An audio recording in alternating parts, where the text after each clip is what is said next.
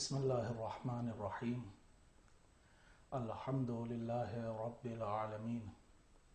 وصلی اللہ علی محمد وآلہ الطیبین الطاہرین المعصومین المظلومین واللعنۃ الدائمۃ الباقیۃ علی اعدائہم اجمعین۔ نور مجسم سرکار دو عالم حضرت محمد مصطفیٰ صلی اللہ علیہ وآلہ وسلم اور آپ کے فرزند ہمارے چھٹے امام صادق آل محمد حضرت امام جعفر صادق علیہ الصلاۃ والسلام کی ولادت باسعادت کے ایام ہیں۔ اسی مناسبت سے پیغمبر اکرم صلی اللہ علیہ وآلہ وسلم کی زندگی سے متعلق آج کے اس پروگرام میں، جس کا عنوان ہے رحمت مجسم اور محور وحدت، پیغمبر اکرم صلی اللہ علیہ وآلہ وسلم کی زندگی عالم بشریت کے لیے بہترین نمونہ عمل۔ ہم چاہتے ہیں اس عنوان کے تحت پیغمبر اکرم کی زندگی کے کم سے کم ان دو امتیازات پر روشنی ڈالیں کہ آپ کی ذات گرامی کس انداز سے اتفاق، اتحاد اور وحدت کا مرکز ہے اور رحمت کا مجسمہ ہے، اور اپنی انہی آفاقی صفات کی روشنی میں نبی کریم کس طریقے سے عالم بشریت کے لیے اسوہ حسنہ، بہترین آئیڈیل اور نمونہ عمل ہیں۔ اس پروگرام میں ہم پیغمبر اسلام کی زندگی سے آشنا بنانے کے لیے لوگوں تک نبی کریم کی زندگی کے ان امتیازات کو پہنچانے کے لیے گفتگو کریں گے اپنے مہمان عالی جناب حجت الاسلام والمسلمین مولانا سید مجتبی رضوی صاحب، جو قرآن کریم، نہج و بلاغہ اور دیگر دوسری کتابوں کے حافظ ہیں اور معارف اسلامی پر عبور رکھتے ہیں، اور اس سلسلے میں انہوں نے کافی جانفشانی کے ساتھ تعلیم حاصل کی ہے اور معارف الہیہ کو لوگوں تک پہنچا رہے ہیں۔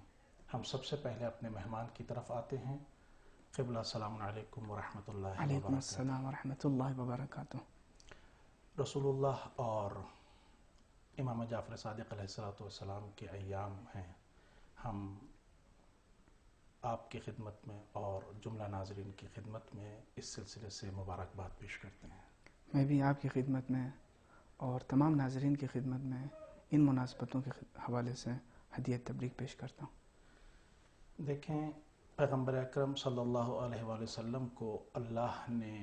عالم بشریت کے لیے بہترین زندگی گزارنے کے لیے نمونہ عمل کے طور پر پیش کیا ہے اور اس دنیا میں بھیجا ہے، جس کی طرف قرآن مجید کی آیت میں اشارہ بھی کیا ہے کہ تمہارے لیے اللہ کے رسول کی زندگی میں بہترین نمونہ عمل ہے۔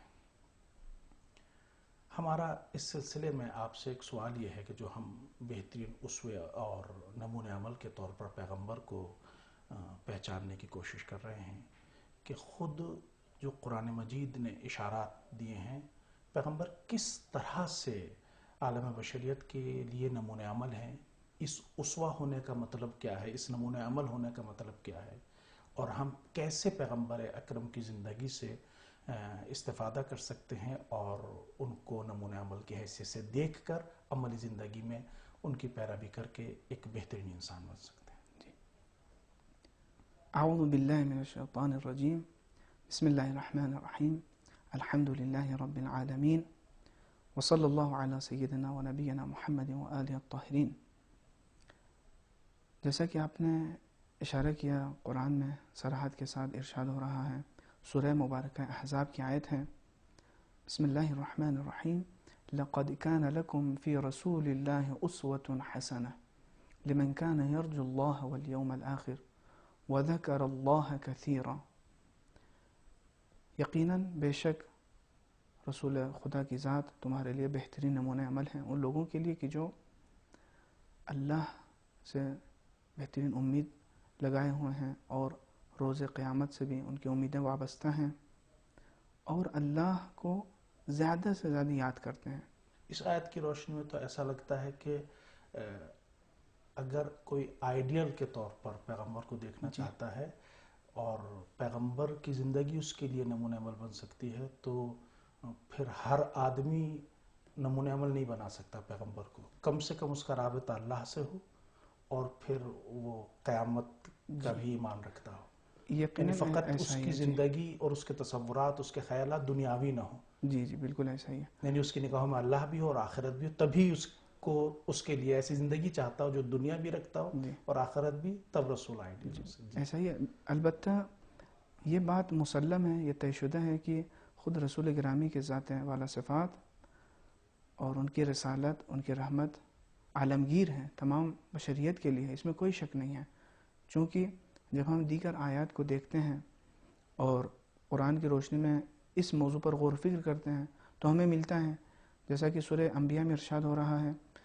وَمَا أَرْسَلْنَاكَ إِلَّا رَحْمَةً لِلْعَالَمِينَ، تو وہاں پہ لفظ عالمین کا ذکر ہے۔ یہ لفظ عالمین وہی ہے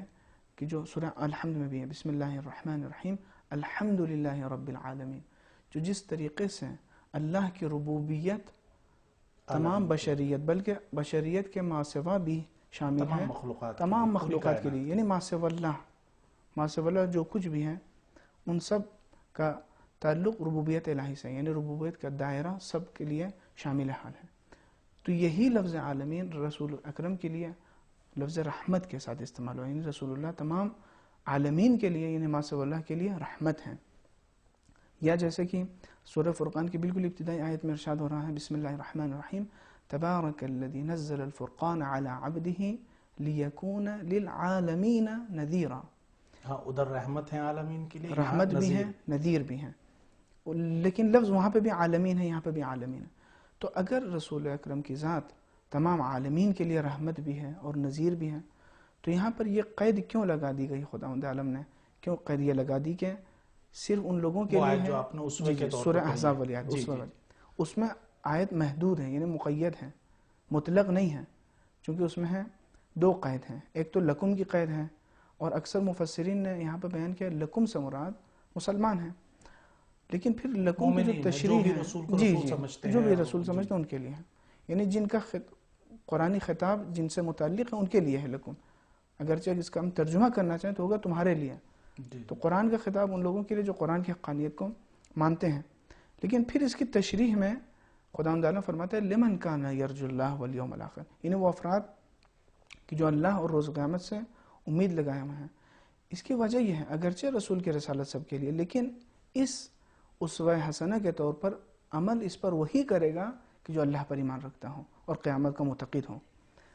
اور یعنی رسول تو اسوہ ہیں ان کی مجسم زندگی، لیکن اس سے فیض وہی اٹھا سکتا ہے اب جس کی نظر میں مادی حیات ہوگی،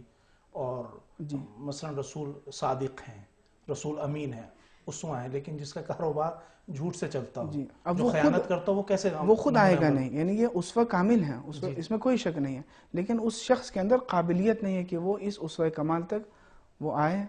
اور اس اسوہ سے وہ فائدہ اٹھائے۔ ایک مثال کے ذریعے میں اگر آپ کی اجازت ہو تو بات کو واضح کر دوں۔ مثال کے طور پر بارش، ایک سب کے سمجھنے والی مثال سب کے لیے، قرآن میں ارشاد ہو رہا ہے کہ بارش سے متعلق ارشاد ہو رہا ہے کہ وَنَزَّلْنَا مِنَ السَّمَاءِ مَاءً مُبَارَكًا، سورہ قاف کی آیت ہے کہ یہ پانی جو خداوند تعالیٰ برسا رہا ہے یہ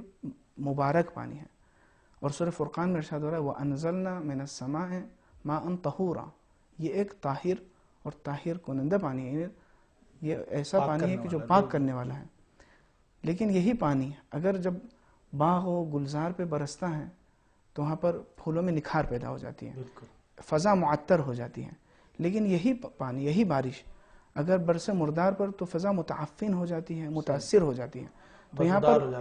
بارش نقصان دہ ہو جاتی ہے، جبکہ بارش تو مبارک ہے اور طہور ہے،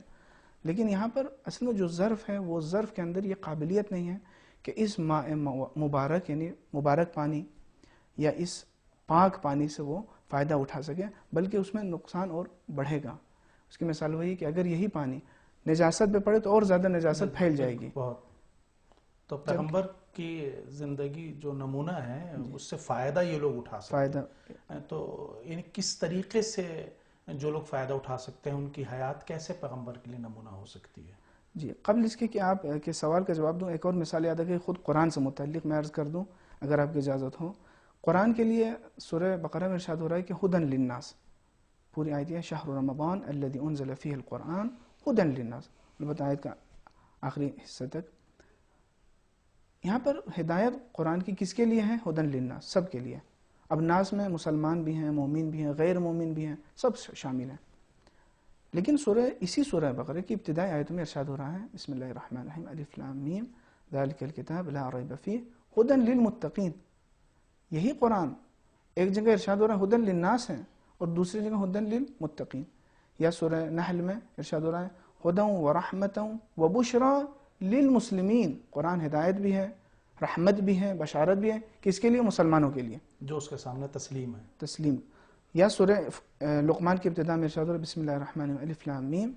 تلک آیات الکتاب الحکیم ہدی ورحمۃ للمحسنین، وہاں پر محسنین کے لیے۔ تو اس کا بھی یہی جواب ہے کہ قرآن کی ہدایت سب کے لیے ہے، لیکن متقین اور محسنین اور مؤمنین اور مسلمین اپنے اپنے اعتبار سے ہدایت قرآن سے فائدہ اٹھاتے ہیں، اور جو مومن نہیں ہیں، مسلمان نہیں ہیں، محسن نہیں ہیں، کافر و مشرک و فاسق ہیں، وہ اس ہدایت قرآنی سے فائدہ نہیں اٹھا سکتے ہیں۔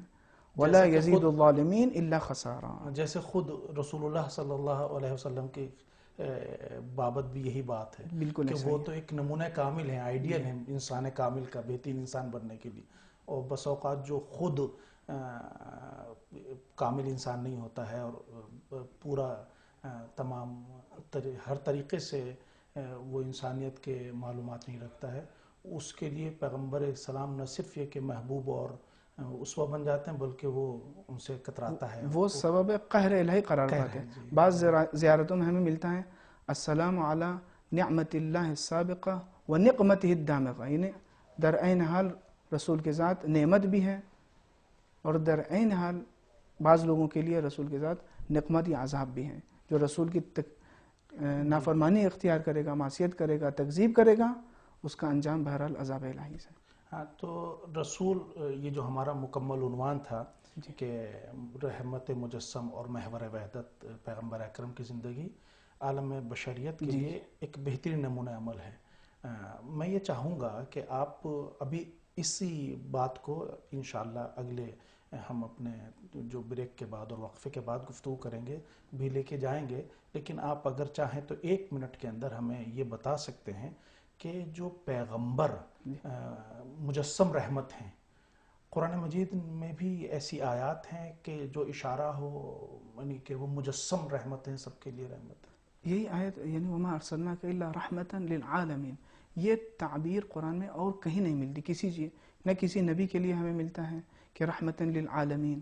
نہ اور کسی شے کے لیے یہ تعبیر یعنی رحمت مجسم اگر قرآن نے کسی کے لیے استعمال کیا ہے وہ ذات والا صفات ہے حضرت محمد مصطفیٰ، اور کسی کے بارے میں اور کسی کے البتہ جناب عیسیٰ کے لیے آیا ہے رحمتا منا، جناب عیسیٰ کے لیے۔ ہم ابھی انشاءاللہ اس بات پر گفتگو کریں گے، اس موضوع پر، اور چاہیں گے کہ ذرا تفصیل سے بعض آیات کی طرف آپ سے استفادہ کریں گے۔ اور تو ناظرین کرام، یعنی ہماری گفتگو ہو رہی ہے پیغمبر اسلام حضرت محمد مصطفیٰ صلی اللہ علیہ وآلہ وسلم کے سلسلے سے کہ آپ عالم بشریت کے لیے بہترین نمونہ عمل ہیں، اسوہ ہیں، آئیڈیل ہیں زندگی گزارنے کے لیے۔ ہم پیغمبر کی زندگی میں ایسے نمونے تلاش کریں کہ کس طریقے سے ایک کامیاب انسان بن سکتے ہیں۔ انشاءاللہ تھوڑی دیر کے بعد، وقفے کے بعد پھر آپ کی خدمت میں حاضر ہوں گے، جب تک کے لیے ہمیں اجازت دیجیے۔ اللهم صل وسلم على الرسول وآل النبي العظيم۔ السلام علیکم ورحمۃ اللہ وبرکاتہ۔ بغیر کسی تمہید اور مقدمے کے ناظرین کرام، ہم گفتگو کے اسی رخ کی طرف جاتے ہیں اور اپنے مہمان سے سوال کرتے ہیں کہ آپ ہمارے سوال کا جواب دے رہے تھے اور ہم وقفے کے لیے چلے گئے تھے کہ آپ اگر قرآن مجید میں آپ کے رحمت ہونے کے حوالے سے کوئی اور آیات وغیرہ ہوں یا اشارے پائے جاتے ہیں۔ میں عرض کر رہا تھا آپ کی خدمت میں کہ جناب عیسیٰ سے متعلق جو قرآن نے ارشاد کیا رحمتا منا، کہ جناب عیسیٰ کے لیے بھی لفظ رحمت ہیں، لیکن دونوں تعابیر میں بہت فرق ہے۔ چونکہ جناب عیسیٰ کے لیے رحمت من یعنی وہ ہماری یعنی ہماری جانب سے اللہ فرما رہا ہے ہماری جانب سے ایک رحمت ہے، لیکن یہاں پر جو لفظ ہے وہ رحمتاً للعالمین ہے، جو اطلاق اور جو عمومیت اس میں پائی جاتی ہے، یعنی اس میں جو دائرہ ہے وہ بہت وسیع ہے۔ رحمتاً منا یعنی ایک رحمت ہے ہماری جانب سے، رحمت ہونے میں شک نہیں ہے، چونکہ جناب عیسیٰ سے متعلق ہمیں ملتا ہے کہ وہ بیماروں کو شفا عنایت فرماتے تھے، حتیٰ کہ یہاں تک ملتا ہے کہ مردوں کو زندہ کر دیا کرتے تھے بِإِذْنِ اللہ۔ لیکن یہ رحمت کا ایک جلوہ ہے، لیکن رسول خدا کے لیے ہے رحمتاً للعالمین، تمام عالمین کے لیے رحمت ہے، اور اسی وجہ سے ہمارے لیے ضروری ہے کہ ہم اسی رحمت للعالمین کی سیرت کو اپنے لیے نمونہ عمل کے طور پر اپنائیں اور اس کے مطابق عمل کریں۔ دیکھیں، جو ہم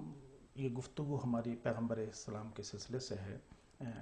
اور وہ پوری دنیا کے لیے، پوری کائنات کے لیے، عالم بشریت کے لیے نمونہ عمل ہے، اس کے دو پہلو تھے۔ ایک پہ آپ نے الحمدللہ بہت قاعدے سے روشنی ڈالی ہے۔ ایک گفتگو کا ہمارا یعنی جو حصہ ہے، ٹکڑا ہے، وہ ہے کہ آپ کی ذات گرامی مرکز وحدت ہے، مرکز اتحاد ہے۔ ذرا اس سلسلے میں کیا کہنا چاہیں گے آپ؟ کیسے مرکز رحمت یعنی وحدت ہے پیغمبر کی ذات؟ جی دیکھیے، خود رسول اکرم کی ذات خصوصیت کے ساتھ اگر ہم دیکھیں تو تمام امت مسلمہ کے لیے سب سے بہترین اگر کوئی محور وحدت ہو سکتا ہے وہ یہ ذات والا صفات حضرت سرور کائنات ہیں۔ قرآن میں ارشاد ہو رہا ہے کہ بسم اللہ الرحمن الرحیم وَاعْتَصِمُوا بِحَبْلِ اللَّهِ جَمِيعًا وَلَا تَفَرَّقُوا، سورہ آل عمران کی آیت ہے، اور چونکہ اس سے قبل والی آیت میں خطاب مومنین سے یا ایھا الذین آمنوا اتقوا اللہ حق تقاتہ ولا تموتن الا وانتم مسلمون، تو خطاب مومنین سے، تو یہ آیت اسی تناظر میں ہے، یعنی تمام امت اسلام، تمام صاحبان ایمان، تم سب اللہ کی رسی کو مضبوطی سے تھامو اور تفرقے سے بچو، پرہیز کرو۔ تو یہاں پر جو حبل من اللہ ہے، واعتصموا بحبل، تو یہ حبل الہی سے کیا مراد ہے؟ تو اسی کی تشریح ہمیں اسی سورہ آل عمران میں ملتا ہے، چونکہ سورہ آل عمران کی ایک آیت میں ارشاد ہو رہا ہے الا بحبل من اللہ وحبل من الناس، یعنی در حقیقت حبل اگر ہیں تو وہ دو حبل ہیں، رسی، اللہ تک پہنچنے کا ذریعہ، ہاں اللہ تک پہنچنے کا جو وسیلہ و ذریعہ ہے، جس سے حبل۔ اللہ سے دیکھیں حبل کا جو ترجمہ ہم اردو میں کرتے ہیں یعنی رسی، لیکن یہاں پر وہ رسی مادی رسی نہیں ہے، ظاہر ہے، تو ظاہر ہے، یہ تو ایک معنوی رسی ہے، یعنی ایک ذریعہ ہے کہ جو اللہ کے لطف و کرم سے اللہ نے یہ ہمارے اختیار میں دیا، جس کے ذریعے ہم اللہ تک پہنچ سکتے ہیں۔ تو اللہ کو دیکھ نہیں سکتے، لیکن اگر دیکھنا چاہتے ہیں اللہ کی رحمت کو، اللہ کے، نہ اللہ کا وجود مادی ہے اور نہ یہ رسی کوئی مادی رسی ہے، تو یہ حبل کون سا حبل ہے، یعنی کون سا ذریعہ ہے کہ جس کے ذریعے ہم اللہ تک پہنچ سکتے ہیں؟ ایک حبل من اللہ ہے، ایک حبل من الناس۔ اس سلسلے میں حدیث میں وارد ہوا ہے کہ حبل من اللہ سے مراد قرآن مجید ہے، یعنی قرآن مجید چونکہ اللہ کا کلام ہے، یہ حبل الہی ہے، اس قرآن شریف کے ذریعے ہم قرآن مجید کے ذریعے پہنچ سکتے ہیں اللہ تک، چونکہ اسی پر ہم عمل کریں گے تو اللہ کے فرمان کے مطابق عمل ہوگا، تو اللہ بھی جو اللہ نے وعدہ دیا ہے، وعدہ کیا ہے، وہ ہمیں عطا فرمائے گا۔ اور حبل من الناس سے مراد رسول گرامی کی ذات ہے، چونکہ اگرچہ رسول کو بھی اللہ ہی نے بھیجا ہے، لیکن چونکہ بشری پیکر میں بھیجا ہے اللہ نے، تو یہ حبل من الناس ہے، چونکہ مقصد الہی یہ تھا کہ یہ رسول اکرم کی ذات تمام بشریت کے لیے ایک بہترین نمونہ عمل بنے، اسی وجہ سے رسول کو بشری پیکر میں بھیجا، ورنہ ان کا مقام نورانی کو ہم تصور بھی نہیں کر سکتے۔ لیکن اسوہ اور آئیڈیل اسی وقت ہو سکتا ہے کہ جب ہمارے ہی پیکر میں ہو، تاکہ ہم دیکھیں انہی کے سیرت کے مطابق ہم عمل کریں، جیسے ہم جیسے ہوں دکھنے میں، جی جی جی، جس کو قرآن مجید کی دوسری آیات میں ارشاد ہو رہا ہے کہ انا بشر مثلکم، لیکن فرق ہے کہ یوحا الیہ، جی جی، فرق یہ ہے یوحا الیہ، جنہوں نے معرفت خدا اور رسول کو حاصل نہیں کیا وہ اس آیت کریمہ سے کچھ اور مفہوم نکالتے ہیں، جبکہ مراد یہ ہے کہ پیکر بشری میں، جی جی، جبکہ اسی ذات کے لیے ہمیں قرآن میں ملتا ہے کہ وما ينطق عن الهوى، یہ ایک عام بشر نہیں ہے کہ جو گفتگو کرتے ہیں اپنی مرضی کے مطابق گفتگو کرتے ہیں، بلکہ انہیں الا وحی یوحى، یعنی جو گفتگو کرتے ہیں وہ وحی الہی، یعنی ان کا ٹھیک ہے ظاہری طور پر ہم جیسے بشر ہیں، لیکن حقیقت وجودی ان کی وحدت کیسے ہوئے؟ ہاں، تو دیکھیے اسلام میں جتنی بھی تعلیمات ہیں ان کا دار و مدار یا تو اعتقادی مسائل ہیں، یا اخلاقی مسائل ہیں، یا فقہی مسائل ہیں. عموماً اسلام کے جو احکام شرعی ہیں، اسلام کے جو تمام معارف دین ہیں ان کو علماء نے 3 حصوں میں تقسیم کیا ہے. ایک کا نام اعتقادات رکھا ہے جسے ہم اصول دین کے نام سے جانتے ہیں. اصول دین میں بھی ہم دیکھتے ہیں کہ محور اور مرکز جو ہے وہ نبوت ہے، چونکہ نبوت ہی کے ذریعے ہمیں معاد اور توحید کی حقیقت سے آشنائی حاصل ہوتی ہے. اور جب ہم اخلاقیات میں دیکھتے ہیں تو اخلاقیات میں بھی سب سے بہترین جو اخلاق کہیں ہے تو انک لعلی خلق عظیم، ذات والا صفات ہے حضرت سرور کائنات محمد مصطفیٰ صلی اللہ علیہ وآلہ وسلم. اور جو احکام شرعی میں جب ہم دیکھتے ہیں تو تمام احکام شرعی، تمام واجبات و محرمات میں سب سے اہم فعل نماز ہے جسے رکن دین کہا گیا ہے. اور نماز میں بھی ہم دیکھتے ہیں کہ ابتدا سے لے کر کے انتہا تک ہم اگر اس سے رسالت کو ہٹا دیں تو نماز میں کچھ باقی نہیں رہتا ہے، چونکہ نماز کی ابتدا ہوتی ہے اذان سے، اور اذان میں خدا کے ساتھ شہادت اشہد ان محمد رسول اللہ صلی اللہ علیہ وسلم یہ ضروری ہے. تو نماز یعنی اذان کی ابتدا بھی رسالت سے. اور نماز جب ختم کرتے ہیں تو آخری فعل ہوتا ہے سلام، السلام علیکہ ایہا النبی ورحمۃ اللہ وبرکاتہ. یعنی نماز یہ ہے اللہ کی بارگاہ میں اور سلام ہو رہا ہے رسول اللہ پر. یعنی اس کام میں کوئی فرق نہیں ہے، وہ بھیجنے والا ہے اور یہ پہنچانے والا ہے. اور حتیٰ یہ کہ اگر کوئی شخص نماز کے تمام اجزاء کو برقرار رکھے، صرف رسول پاک سے پر درود کو نکال دیں تو اس کی نماز نہیں رہے گی. حتیٰ یہ کہ یہاں تک انسان اگر غور و فکر کرے تو دیکھیں، اگر انسان بسا اوقات سہون کوئی فعل نماز کا ترک ہو گیا، ایک سجدہ بھول گیا، تو کہا گیا کہ سجدہ سہو کرو. سجدہ سہو سے پھر وہ جو کمی تھی وہ دور ہو جائے گی. سجدہ سہو میں انسان کیا کہتا ہے؟ اس میں بھی در حقیقت سلام ہے نبی پر، بسم اللہ السلام علیکہ ایہا النبی ورحمۃ اللہ. یعنی گویا ہم یہ کہنا چاہ رہے ہیں، شاید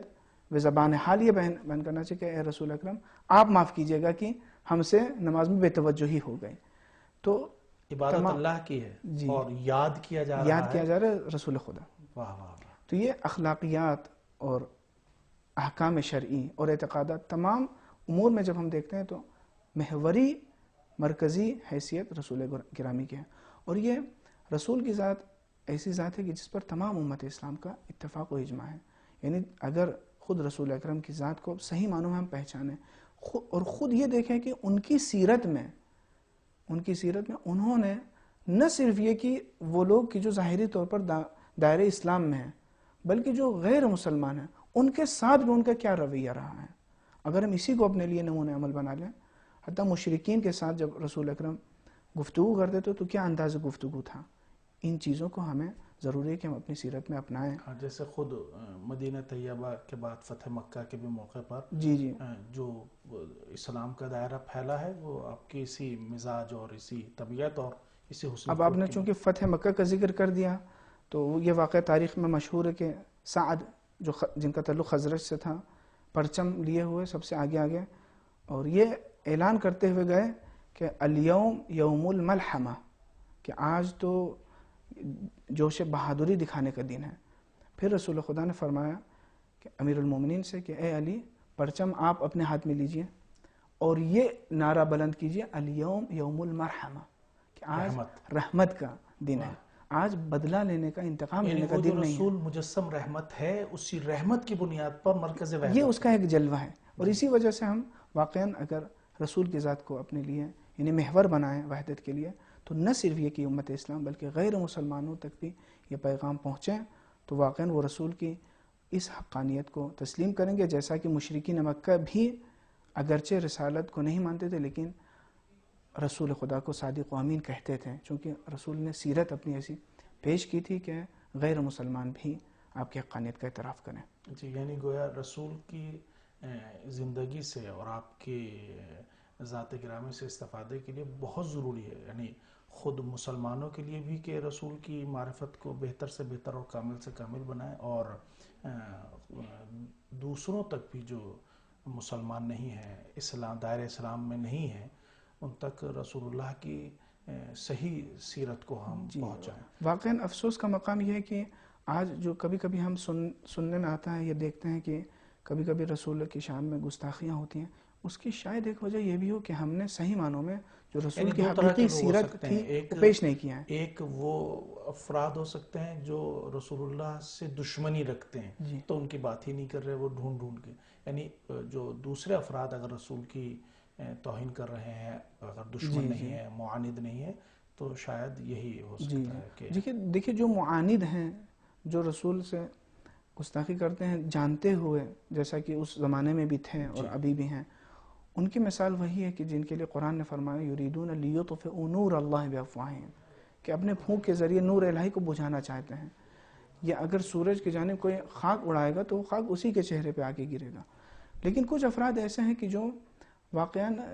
جہالت اور لا علمی کی بنیاد پر ایسا کرتے ہیں، تو ان کے لیے واقعاً اگر انسان صحیح معنوں میں رسول کی جو صحیح سیرت ہے اس کو پیش کریں تو وہ خود بخود اتنی اس میں کشش اور جاذبیت ہے کہ وہ خود بخود رسول کے سیرت کی طرف مائل ہوگا اور اس حقانیت کو مانے گا. چونکہ بہت اچھا موقع ہے اس وقت، یعنی ہمارے لیے، مسلمانوں کے لیے جو رسول اللہ صلی اللہ علیہ وسلم سے عقیدت رکھتے ہیں، آپ پر ایمان رکھتے ہیں اور آپ کے بتائے ہوئے راستے پر چلنے کی کوشش کرتے ہیں، کہ دشمن نے تو اپنے خیال میں، اپنے ذوق ناقص میں توہین رسالت کرنا چاہی تھی. بہت اچھا موقع ہے کہ ہم صحیح جو رسول کی سیرت ہے اور آپ کا کریکٹر ہے، آپ کا کردار ہے، جو عالمین کے لیے رحمت ہیں، وہ اس سیرت کو ہم عالمین کے سامنے لے کے آئیں. بہت اچھی گفتگو فرما رہے تھے آپ، لیکن ہمارے پاس دامن اپنا گنجائش نہیں ہے، ہم آپ سے معذرت چاہتے ہیں. اور ناظرین کرام، ہمارا وقت اب ختم ہو رہا ہے. رسول اللہ کی زندگی کو سمجھنا بہت ضروری ہے. وہ اپنی پیدائش سے پہلے بھی عالمین کے لیے رحمت تھے، اپنے دنیا میں حضور کے موقع پر بھی، اور آج بھی آپ کا وجود مبارک عالمین کے لیے رحمت ہے. انسانیت کی کامیابی اسی میں ہے کہ وہ در رسالت پر سجدہ ریز ہو. ہم ان دو معصومین علیہم الصلاۃ والسلام کی ولادت کے ان بابرکت ایام میں اللہ کی بارگاہ میں دعاؤں گو ہیں کہ اس وقت جو دنیا اس مرض کا شکار ہے اور وبا کا شکار ہے، پروردگار ان کے تصدق میں دنیا کو اس بیماری سے پاک کر دے، اور جملہ اور بھی جو بیماریاں مومنین کو لاحق ہیں ان کو صحت اور سلامتی عطا فرمائے. اور مالک کی بارگاہ میں یہ بھی دعا ہم کرتے ہیں کہ ہمارے زمانے کے امام کے ظہور میں تعجیل فرمائے، تاکہ آپ کے حضور کی وجہ سے دنیا کو نجات حاصل ہو اور دنیا ترقی کرے. بس انہی اپنے کلمات کے ساتھ ہم اپنی گفتگو کو ختم کرتے ہیں. وآخر دعوانا الحمدللہ رب العالمین، والسلام علیکم ورحمۃ